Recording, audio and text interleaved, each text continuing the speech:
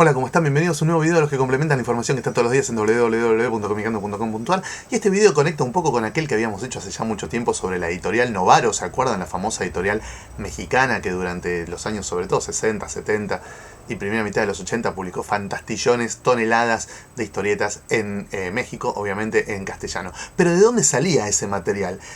¿A quién se lo compraban? Obviamente todo lo de Superman, Batman, bueno, ya sabemos, venía de DC Comics, todo el material de Archie venía de Archie Comics, pero había otra editorial que tenía un montón de títulos de los que nosotros conocimos a través de la editorial Novaro. Me refiero a la editorial Dell Comics. Dell Comics fue una editorial que existió en Estados Unidos entre 1929 y 1974, creada por George de la Corte, por eso Dell de la Corte.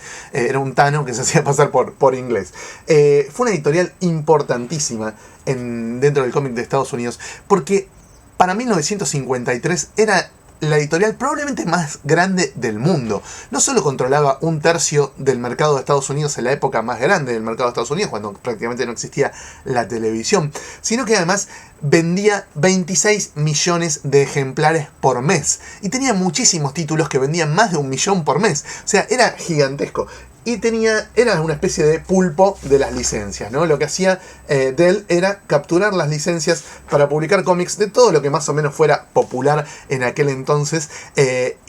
Bueno, contratar dibujantes y guionistas no demasiado prestigiosos, no los más importantes, para generar historietas con esos personajes. Ahí tenían todo el material de Disney, por ejemplo. Bueno, ahí trabajaba Carl Barks, ¿no? No solo de los más prestigiosos, sino de los más grandes historietistas de todos los tiempos. Acá tengo una Donald del año 61, creo, donde vemos distintos dibujantes, casi todos bastante chotos. Y esta Tommy Jerry, que me prestaron, obviamente no es mía, es del año 58. 58, maestro. 60 años.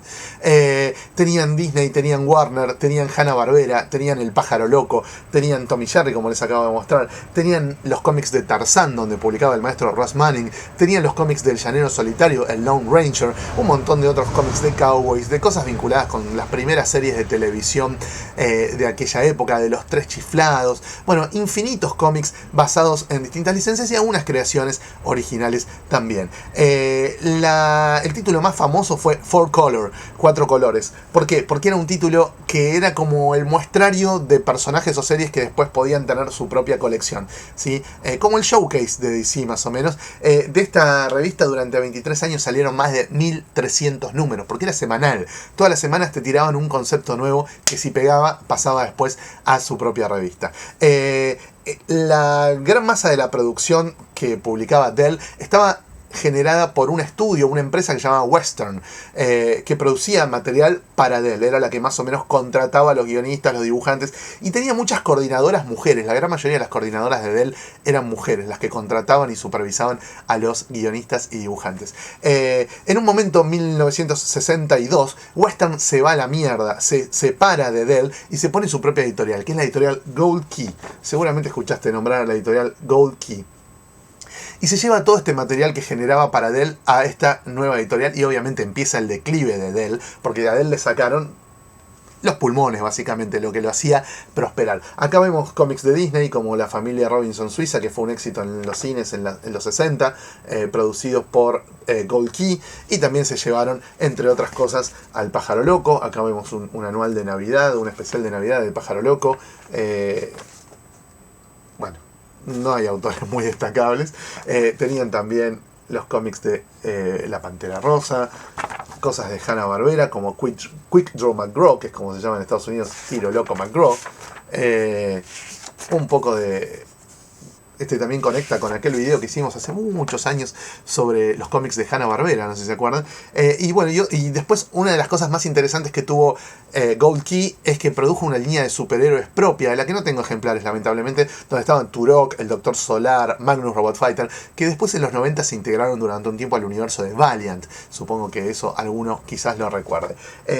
Y después otro título con el que le fue bárbaro a Gold Key fue Star Trek. Fue la primera editorial de las muchas que tuvieron dieron la licencia para hacer cómics de Star Trek. Este es ya de los 70, cuando Gold Key se está por ir al descenso, entre otras cosas porque Marvel le caga la licencia de Star Trek justo cuando estaba por salir la película de Star Trek de fines de los 70, la que reaviva un poco el interés en esa franquicia. Entre una cosa y otra, bueno, cuando cierra Dell en 1974, varios de los títulos originales de Dell, los que no eran licencias, pasan a manos de Gold Key, que los continúa, y Gold Key se convierte después en Whitman, que era en realidad los dueños de la empresa, y baja mucho la calidad. Cualquier cómic que vos veas con el logo de Whitman, que es una W así como mezclada con un arlequín, es horrible. Generalmente son espantosos esos cómics y llegan hasta 1984. Ahí vimos entonces dos editoriales mitológicas del cómic norteamericano. Por un lado, la próspera Dell, por otro lado, la pujante Gold Key. Editoriales que le dieron laburo a muchísimos guionistas y dibujantes, sin dejarnos por ahí grandes clásicos para los que nos gusta el cómic de calidad, el cómic con una impronta más autoral. Este es un material que generalmente hoy, leído 50 años después, no resiste la lectura. Por ahí si se lo hace a un nene de 8 o 9 años, quizás, pero bueno, es lo que hay, es parte de la historia y es parte también del material que alimentó durante décadas a la editorial Novaro, que todo el mundo recuerda y todo el mundo creo conoce, junto con DC, junto con Archie, junto con otras publicaciones. En Dell y en Gold Key salían muchísimos de estos títulos. Así que bueno, seguiremos descubriendo editoriales y cosas importantes de la historia del cómic, digo yo, en futuros videos que prometo para muy pronto. Chao, gracias.